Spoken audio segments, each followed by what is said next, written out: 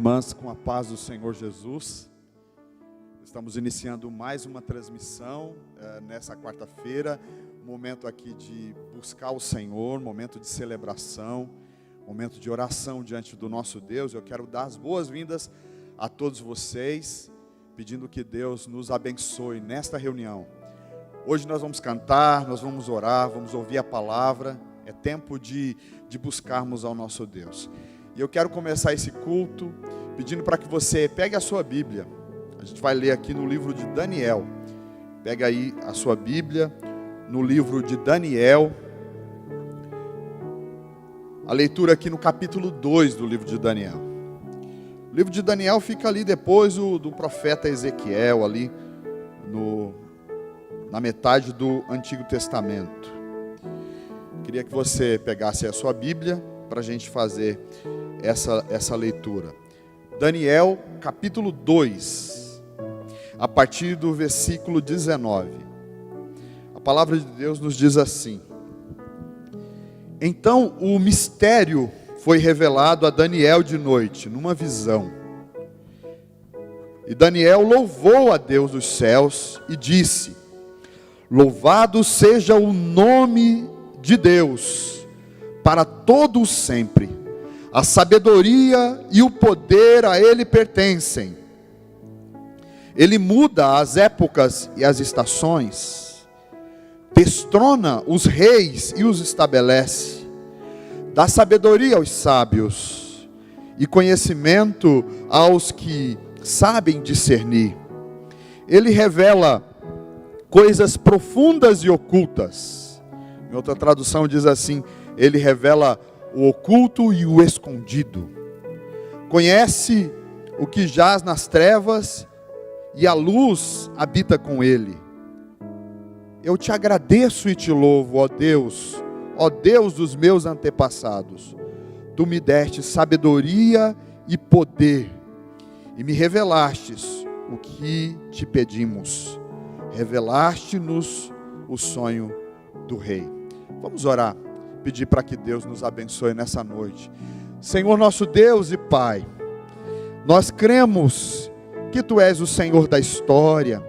Nós Te louvamos porque Tu és o nosso Criador, nosso Senhor. Nós iniciamos esse culto nessa noite no nome do Teu amado Filho Jesus. E queremos aqui, Senhor, aprender mais da Tua palavra. Queremos aqui falar contigo por meio da oração. Queremos aqui louvar e adorar o Teu nome, Senhor. Nós cremos que o Senhor está conosco. Nós cremos que o Senhor ouve a nossa oração e nos atende. Por isso, Senhor, nós nos prostramos aos Teus pés. Nós invocamos o Teu nome. Nós pedimos pela Tua bênção, pela Tua direção na nossa vida. Nós precisamos, meu Deus, que a nossa fé seja aumentada. Nós precisamos, meu Deus, que o Senhor restaure a nossa esperança, a nossa força. Nós dependemos de Ti, nós temos sede do Senhor. Por isso, Deus, nós clamamos agora o Teu nome, pedindo que o Senhor perdoe os nossos pecados, perdoe as nossas falhas, que o Senhor receba a adoração que vamos oferecer ao Senhor nessa noite aqui. Que o Senhor possa ouvir cada pedido, cada necessidade. Nós vamos, meu Deus, aqui colocar diante do Senhor a nossa gratidão, o nosso louvor, mas também, Senhor, temos as necessidades, temos as aflições, e nós queremos colocar, Deus, estas petições diante de Ti, e pedir, meu Deus, pela Tua bênção, pedir pela Tua ajuda, pela Tua graça sobre nós. Nós oramos, pedindo que o Senhor abençoe o Teu povo, que o Senhor abençoe a Tua igreja. Nós oramos assim, Senhor, no nome de Jesus. Glória a Deus. Vamos louvar o Senhor. Vamos louvar o nome do nosso Deus.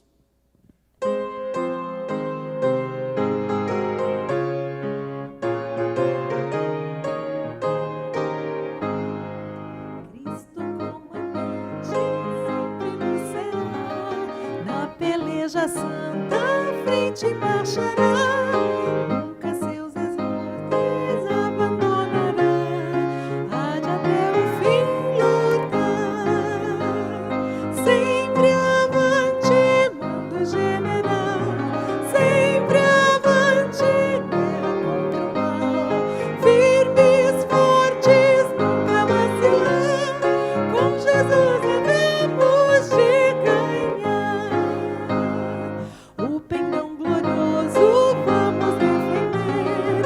hostes inimigas sempre combater. Nosso general, o mundo já venceu. Seguiremos a Jesus. Sempre avante, mundo general. Sempre avante, guerra contra o mal. Firmes, fortes, nunca vacilar. Com Jesus havemos de ganhar. Na feroz batalha temos proteção. E ao final em coro, junto à multidão, entoaremos todos a real canção. Quando nós chegarmos lá, sempre avante, bando general. Sempre avante, guerra contra o mal. Firmes, fortes, nunca vacilar. Com Jesus havemos de ganhar.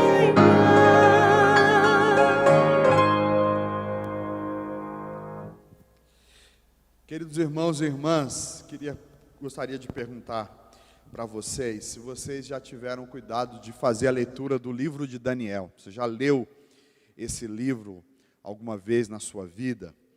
Essa leitura que eu fiz aqui no início do culto é um momento muito importante assim na vida desse profeta, quando ele se vê numa situação em que está correndo o risco de vida, porque o imperador daquela época, Nabucodonosor, havia recebido uma visão, tinha visto em um sonho perturbador, e não sabendo o significado, ele pediu para que os sábios do seu reino pudessem trazer a interpretação.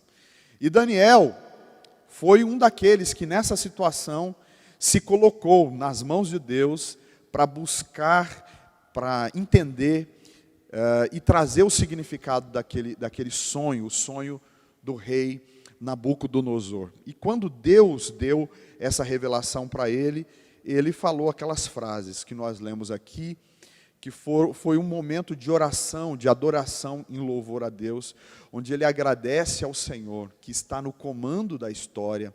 Ele agradece àquele que sabe todas as coisas, que é onisciente.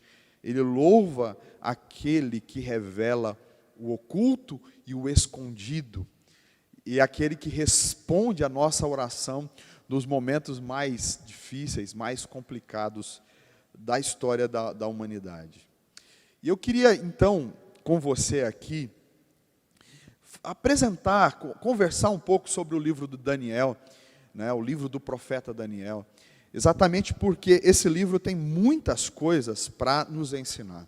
O livro de Daniel, ele é ao mesmo tempo inspirador, mas também desafiador. Eu queria algumas curiosidades aqui trazer a vocês, que é o seguinte: o livro do profeta Daniel, ele foi escrito em 2 idiomas, o aramaico e o hebraico. A parte maior, a parte central do livro foi escrito em aramaico, que era o idioma internacional daquela época. O restante do livro, né, uma parte do início, a parte final, foi escrito em hebraico, que era a língua, né, a nativa, a língua materna dos judeus. Por que esse livro, o livro de Daniel, foi escrito em grande parte em aramaico, que era aquela língua internacional, né, a língua falada em grande parte do planeta Terra naquele período? Por quê? Exatamente porque, embora essa mensagem fale mais diretamente ao povo de Israel, ainda assim, a mensagem desse livro, ela é abrangente, ela é universal, e ela abarca todos os povos da terra. O que a gente pode dizer do livro de Daniel? Esse é um livro que vai contar as histórias, as visões, as experiências desse profeta, tanto no período do exílio babilônico e ainda chega um pouquinho um período do Império Persa. É um livro que tem 12 capítulos. E esse livro é dividido em duas partes. A primeira parte desse livro, os primeiros 6 capítulos, se relacionam a acontecimentos históricos. Vai contar as experiências, vai contar a questão lá da cova dos leões, de Daniel, aquela situação dos 3 amigos sendo lançados na fornalha de fogo. Vai contar as experiências, as histórias. São narradas nos 6 primeiros capítulos, né? As histórias de Daniel e dos seus 3 amigos, Sadraque, Misaque e Abednego. A parte final do livro, são os 6 últimos capítulos. Se a primeira parte fala de acontecimentos históricos, a segunda parte fala de revelações proféticas. Aí, se você ler a partir do versículo do capítulo 7, você vai encontrar ali 4 visões que Daniel teve, visões que ele já recebeu quando já era bem velho. E estas visões apresentam de forma detalhadas o que aconteceria, qual seria o destino do povo judeu, e o que aconteceria no futuro desse povo, ligado ali ao impérios, a reinos gentios, a povos gentios daquela época. Então, aquelas revelações que Daniel teve, dizia a respeito do que o povo de Israel sofreria na mão dos babilônicos, depois do Império Persa, depois do Império Grego, do Império Romano. Deus mostrou para Daniel tudo o que aconteceria com o povo de Israel quando eles estivessem, naquela época e os anos seguintes, subjugados por estas nações.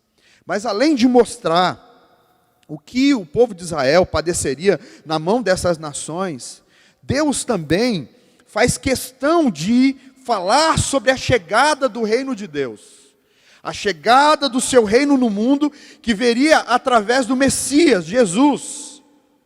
E também, nessas visões que Daniel teve, aponta também o fim do mundo, aponta também para o final da história da humanidade. Então, é muito importante a gente estudar esse livro. Esse livro, né, que tem um nome aqui, o seu autor é Daniel, que significa Deus é o meu juiz. Esse personagem, ele nasceu lá numa família nobre, no reino de Judá, lá em Jerusalém.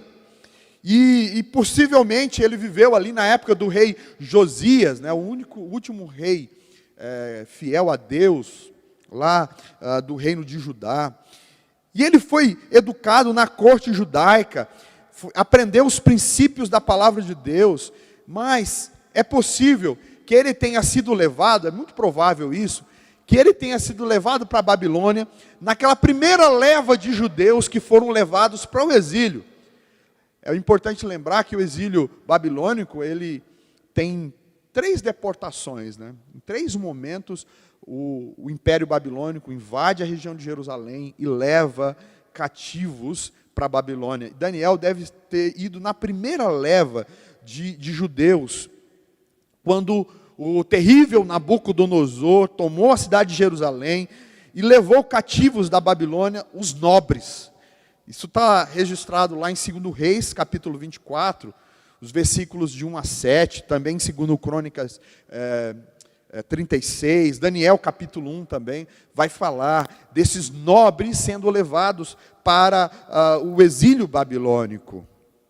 E a gente sabe pela história, o próprio livro de Daniel conta isso, o costume que era naquela época dos babilônicos, pegar os jovens nobres de uma nação subjugada e treinar esses jovens, fazer com que eles venham a trabalhar, sendo incorporados na administração pública.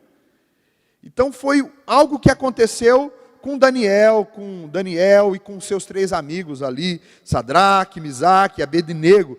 Eles foram treinados em toda a sabedoria do Império Babilônico. Eles foram ensinados com toda a ciência, todo o saber daquela nação, e no futuro eles foram também trabalhar no palácio. Isso está lá nos versículos 3 e 4 do primeiro capítulo desse livro. Mas diz a Bíblia que eles se destacaram. Daniel, principalmente, se destacou pela sua inteligência fora do comum e também pela sua habilidade de interpretar sonhos. Ele tinha algo com Deus, uma comunhão com Deus, que permitia com que Deus revelasse a ele sonhos, ajudando ele a interpretar visões. E aí diz a Bíblia que ele chegou em posições elevadíssimas lá no Império Babilônico, por causa dessa capacidade, dessa inteligência.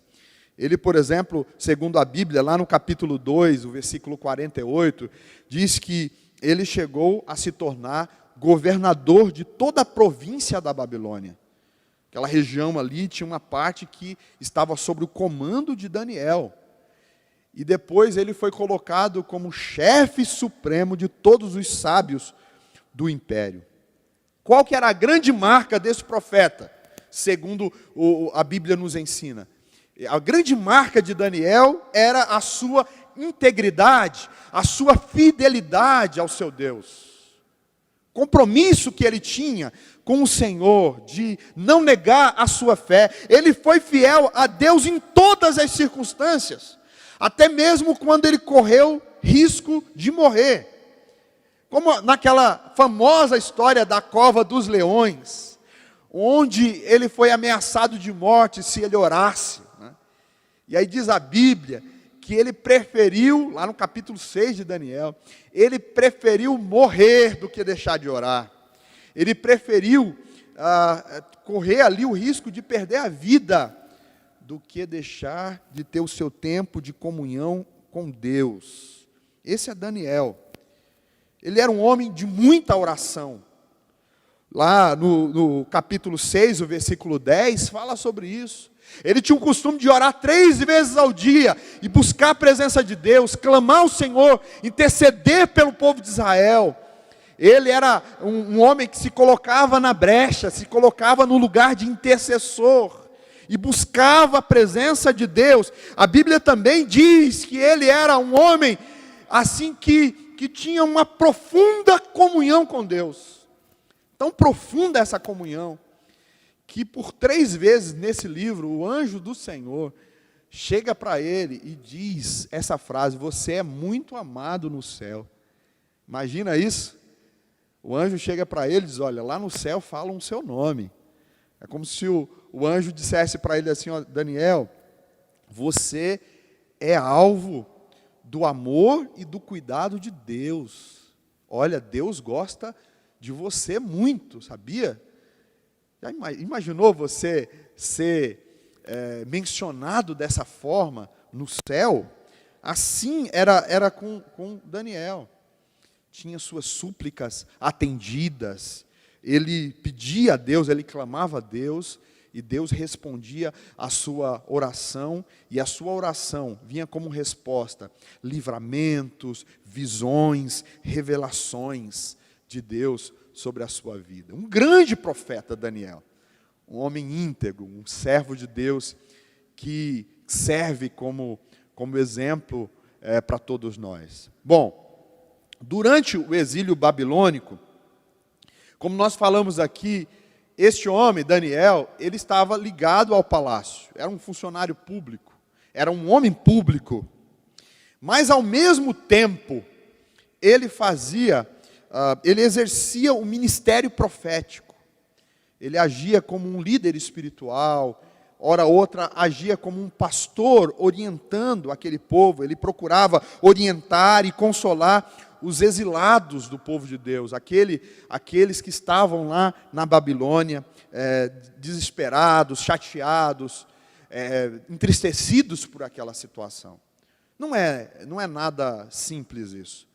Eles foram levados para uma terra estrangeira, e essa situação de um judeu, de ver o seu templo, o templo de Jerusalém sendo destruído, de ver essa situação do templo sendo destruído, do palácio sendo destruído, da cidade santa sendo em ruínas, e eles sendo humilhados, levados mais uma vez como escravos.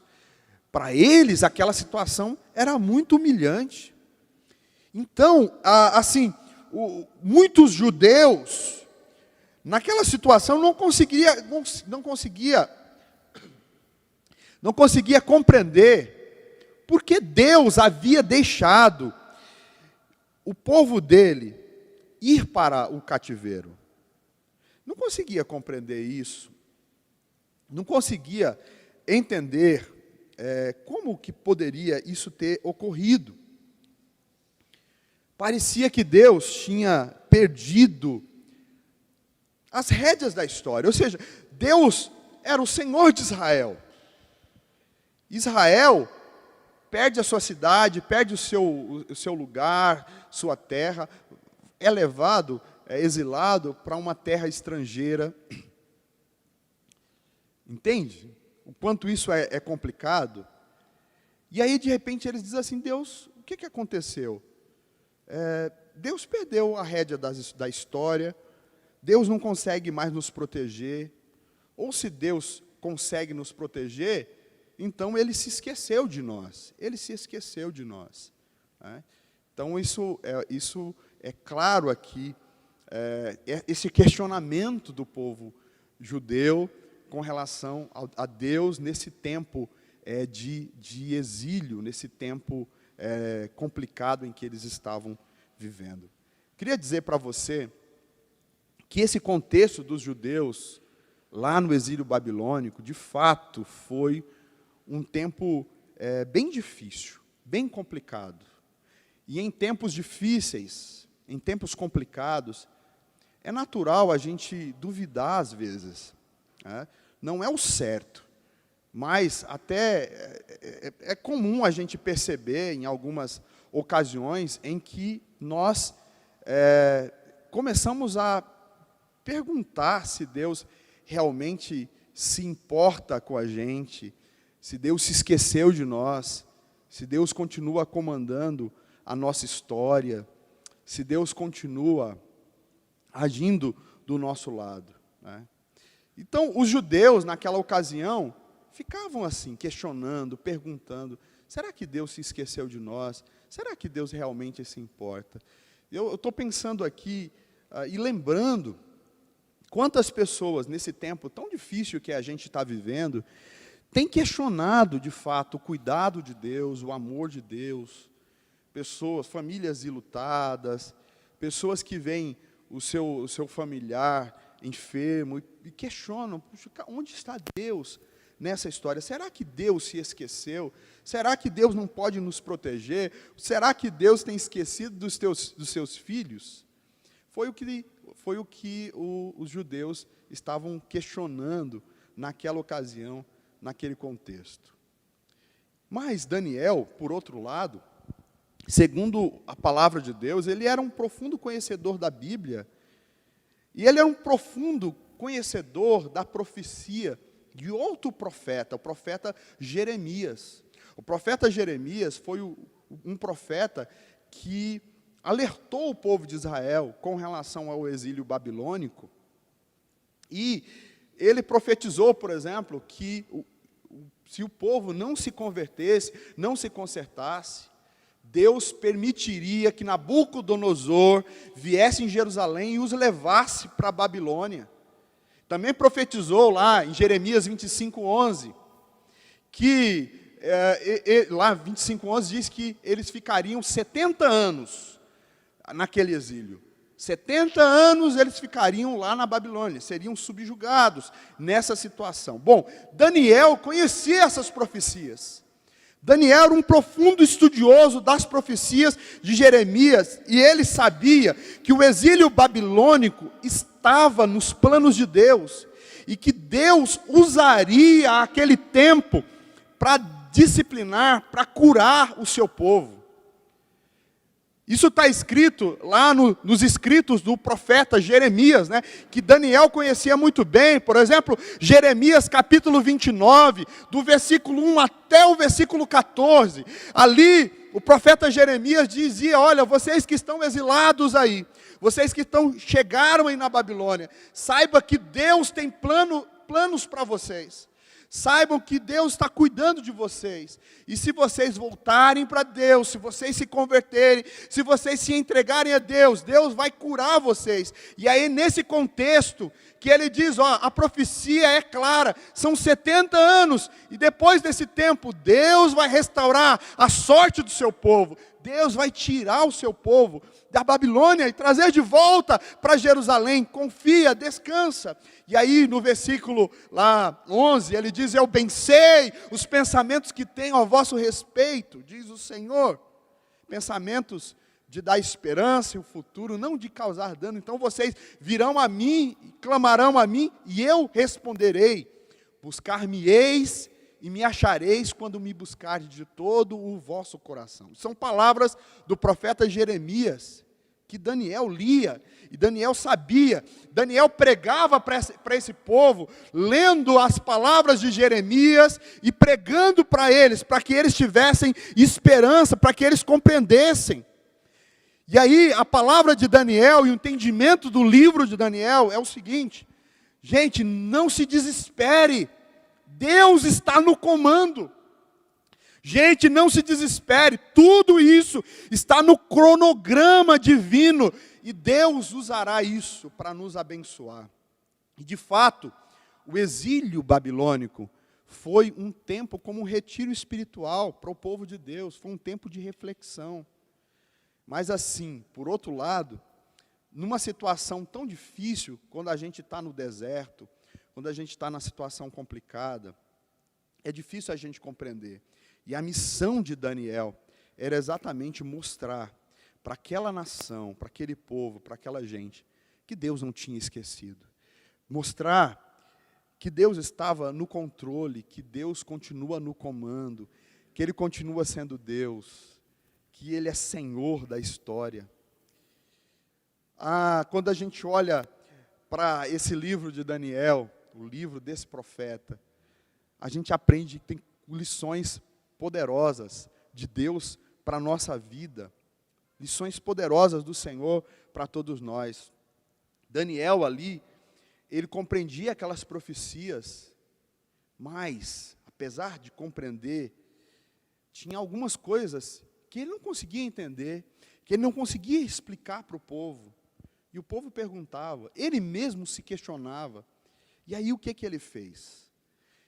Ali está escrito ali no capítulo 7, e você segue o texto, capítulo 8, 9, nós encontramos o tempo todo Daniel se dedicando em consagração, em jejum, em oração, suplicando a Deus, para que Deus revelasse os seus mistérios, que Deus desse uma palavra para ele, Daniel, para que ele tivesse o que dizer para aquele povo tão desesperado, para aquele povo tão, assim, sem saída, sem perspectiva. E aí Deus vai trazendo para ele essas palavras. Deus dá visões, Deus dá revelações para Daniel, Deus mostra assim, coisas grandiosas para ele, né, através dele. E assim, no livro de Daniel, por exemplo, me chama a atenção a visão que o Nabucodonosor tem no capítulo 2, onde ele enxerga uma estátua imensa, e nessa estátua a cabeça era de ouro, o peito e os braços eram de prata, barriga e cintura era de bronze, era uma estátua, e as pernas eram de ferro. E aí, essa era a visão. E aí ele pediu para Deus mostrar o que significava aquela visão. E Deus explicou para ele que aquela estátua representava uma sucessão de nações, daquela que estava no presente e as que viriam futuramente. A parte da cabeça representava a Babilônia. A parte do braço e do peito, prata, representava o Império Medo-Persa, que viria depois. A parte da barriga, que é a parte de bronze, era a parte dos gregos.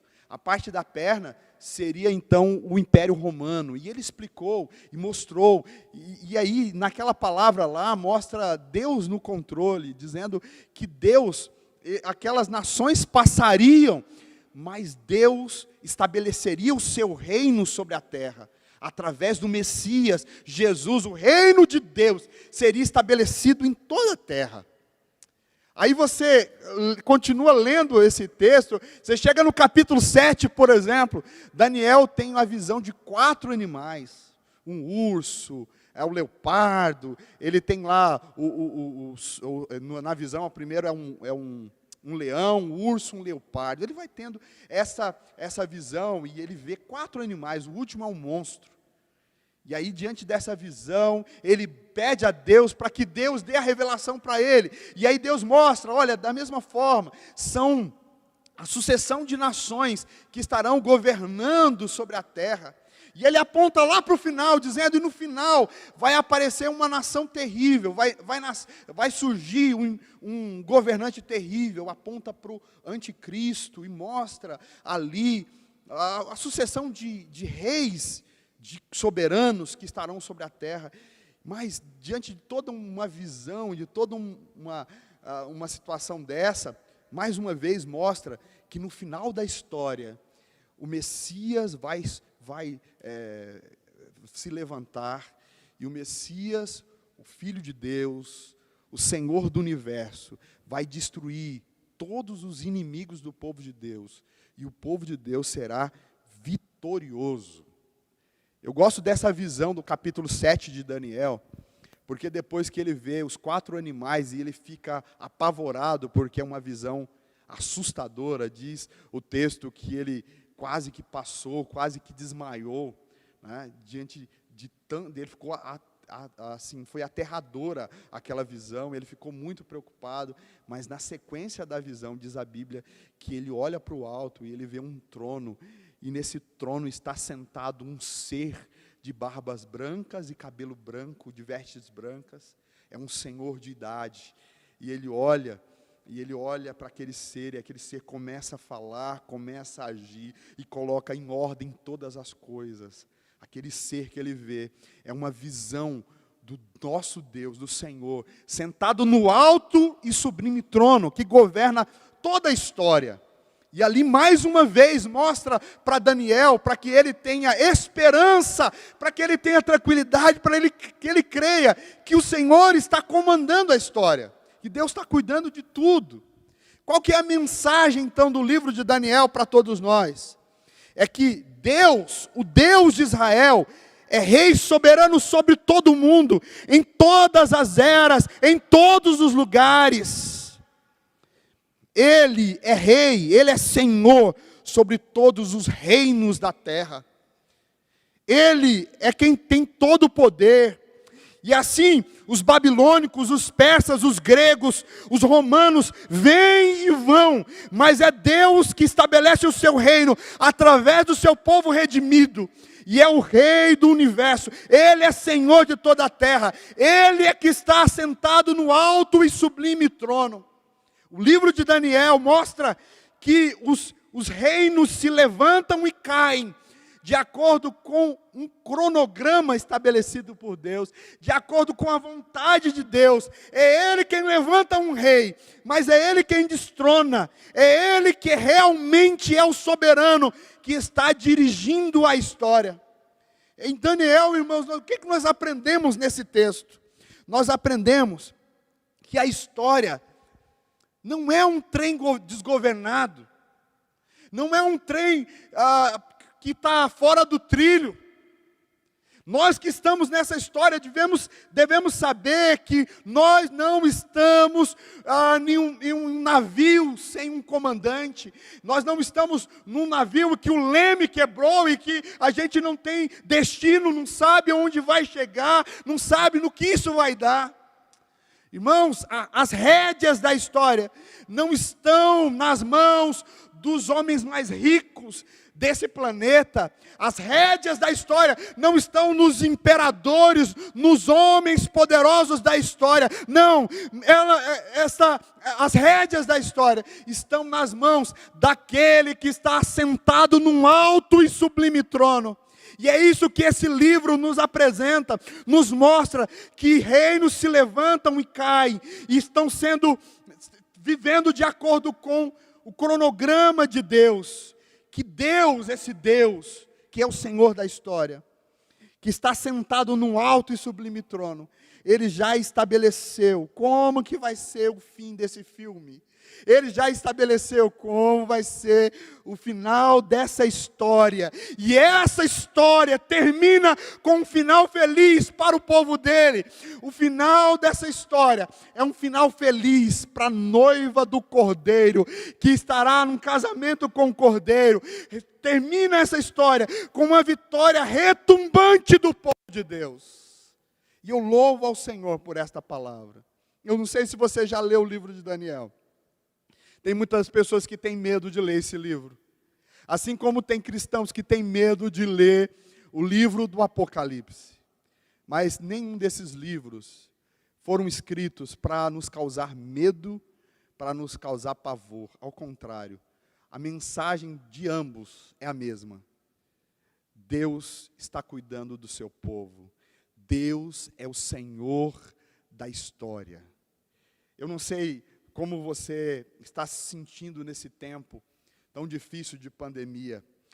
Talvez você se sinta como o povo judeu que começa a pensar e duvidar do cuidado e do amor de Deus. Eu queria que você refletisse e que a gente orasse sobre isso da seguinte forma: o que nós estamos passando não está fora da soberania de Deus. O que nós estamos vivendo está dentro de um cronograma de Deus. Ele é Senhor da história e nós podemos descansar nas promessas e na palavra dele sobre a nossa vida. Nós não estamos em um trem desgovernado. Ele está cuidando dessa história, ele está cuidando de nós. Se você está vivendo algo na sua vida que você não consegue compreender, que é difícil aceitar, você pode, assim, confiar que Deus é soberano, que Deus sabe todas as coisas. E se você não está entendendo, peça para Ele te ajudar a entender. E que é uma lição que aprendemos com Daniel. Daniel buscou a Deus. Daniel clamou ao Senhor. Daniel pediu a Deus: Deus, me revela, me mostra qual é a tua vontade, qual é o teu querer, me ajuda a entender essa situação. Eu creio que se você clamar, se você buscar, Deus vai te mostrar. Ele é onisciente, Ele sabe todas as coisas, Ele sabe o que é melhor para nós. Muitas vezes nós não entendemos, porque a nossa visão é tão limitada. Muitas vezes a gente enxerga apenas uma árvore, uma folha. Deus enxerga toda a floresta. Então vale a pena a gente descansar, confiar no cuidado dEle, no amor dEle pela nossa vida. E se você está vivendo um momento tão difícil que você não consegue compreender, pergunte para o Senhor: Senhor, qual é o seu propósito? O que o Senhor quer me ensinar com esta situação? E aí o profeta diz lá no capítulo 2, que Ele é quem revela o oculto e o escondido. Ele pode te dar um sonho, Ele pode te dar uma revelação, Ele pode falar contigo por meio de uma palavra, e talvez Ele esteja falando contigo hoje por meio dessa pregação, por meio desta reflexão. E aí, o terceiro desafio que eu quero deixar para você é: confia, Deus está no comando. Entrega ao Senhor. Salmo 37 é uma palavra muito bonita sobre isso. Em momentos difíceis, confia no Senhor e faz o bem. E Ele vai conceder o desejo do seu coração. Entrega o teu caminho ao Senhor. Confia nele e o mais Ele fará. E o Salmo diz no verso 7, descansa no Senhor. Ele vai cuidar de você. Ele está cuidando de você. A gente está vivendo dias tão confusos, tão difíceis, mas quem conhece a palavra sabe que isso não fugiu do cronograma de Deus. Deus não foi pego de surpresa com essa pandemia. Ele já sabia. E se ele já sabia, e nós somos povo dele, servos dele, ele tem um projeto, ele tem seus propósitos. Nós nos submetemos a esse propósito. E nós pedimos, Senhor, faça a tua vontade na nossa vida, ajuda a gente a entender, ajuda a gente a crescer em toda essa situação. Louvado seja o Senhor, aquele que é Senhor da história, aquele que está escrevendo a minha história e escrevendo a sua história. Você tem uma história sendo escrita por Ele, na sua vida, que você possa viver essa história que Deus está escrevendo para você, que você não resista àquilo que Ele quer para você, dizer, Senhor, eis-me aqui, faz em mim a tua vontade, cumpre em mim o teu querer, eis-me aqui, Senhor. Que nós possamos louvar aquele que está no comando, aquele que está sentado no sublime, no alto trono, e que nós possamos nos submeter a Ele e dizer, Senhor, Tu és o Senhor de toda a história. Eu quero também que o Senhor seja o Senhor da minha vida, o Senhor do meu coração. Eu me submeto a Ti. Dirige os meus passos. Escreve a minha história. Que eu possa viver os planos e os projetos que o Senhor tem para a minha vida. Senhor, já que diriges a história, dirija também a minha vida, o meu ser. Eu quero viver a vida em abundância que o Senhor tem prometido para os seus filhos. Feche os seus olhos nesse instante, curve a sua cabeça, vamos falar com Deus em oração. Senhor Deus, nosso Pai, nós nos colocamos em Tua presença, nós aprendemos aqui, relembramos essa verdade, de que nós vivemos uma história, e que a história da humanidade não é um trem desgovernado, que está fora do trilho. Não, o Senhor Deus está no comando. As rédeas da história estão em Tuas mãos, Senhor. O Senhor que está sentado no alto e sublime trono. Nós vemos aqui, Deus, que o Senhor já estabeleceu o fim dessa história. E no fim dessa história, há um final feliz para a igreja. Há uma vitória clara, poderosa para o povo de Deus. E por isso, Senhor, nós nos colocamos na Tua presença. Para que nesse tempo, meu Deus, tão difícil, tão complicado quanto aquele em que os judeus foram tirados da sua terra e viveram tempos angustiosos, tempos de guerra, tempos de aflição, tempo de exílio, tempo, meu Deus, de tribulação, de choro, de lágrima. E ali alguns chegaram a duvidar do Teu amor, do Teu cuidado. Nós estamos vivendo, Senhor, dias difíceis também. E eu peço, não deixe que os Seus filhos percam a esperança, percam a fé. Então renova a nossa fé, renova a nossa esperança, Deus. Que nós possamos compreender que estamos vivendo no Teu cronograma, no Teu tempo, na Tua vontade, no Teu querer. Nós muitas vezes não compreendemos, Senhor, revela o oculto e escondido para os Teus filhos. Mostra, Senhor, a Tua vontade, o Teu querer sobre nós. Nos ajuda a entender os Teus propósitos. Nos ajude a compreender a Tua vontade. Mas acima de tudo, Deus, nos ajude a confiar em Ti, a entregar, a descansar, a nos alegrar na Tua presença, como diz o Salmo 37. Nós nos colocamos diante do Senhor. Eu oro por esse irmão, por essa irmã, pessoas que estão aflitos, pessoas que estão aflitas, pessoas que precisam, meu Deus, da Tua paz, da Tua cura. Cura agora, Senhor. Cura o nosso coração, cura as nossas emoções, cura o nosso corpo físico, cura a nossa família, cura a nossa igreja, cura, Senhor, cada um de nós, por meio desta esperança, desta palavra gloriosa. Nos ajude, Senhor, a todo tempo descansar em Ti, que és o Senhor da história.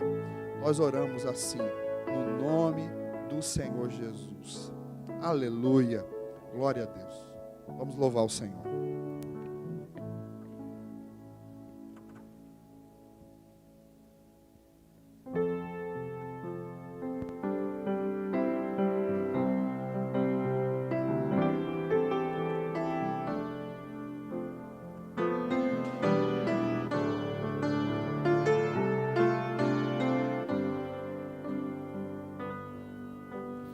Vem e sopra sobre nós teu sopro, reunidos neste ajuntamento. Honre e santifique este momento com a tua igreja que é teu povo. Faz teu rio de paz correr no meio destes que por fé vem bem dizer-te e a uma voz oferecer-te seus louvores, súplicas e anseios. Tu és o Senhor de toda a glória, hoje, sempre, como foste outrora. No correr da história, revelando seu amor, Deus bendito, Rei e Salvador. Deus bendito, Rei e Salvador. Vem e sopra sobre nós teu sopro, reunidos neste ajuntamento. Honre e santifique este momento com a tua igreja que é teu povo. Faz teu rio de paz correr no meio destes que por fé vem bem dizer-te e a uma voz oferecer-te seus louvores, súplicas e anseios. Tu és o Senhor de toda a glória, hoje, sempre, como foste outrora. No correr da história, revelando seu amor, Deus bendito, Rei e Salvador. Deus bendito, Rei e Salvador. Tu és o Senhor de toda a glória, hoje, sempre, como foste outrora. No correr da história, revelando seu amor, Deus bendito, Rei e Salvador. Deus bendito, Rei e Salvador.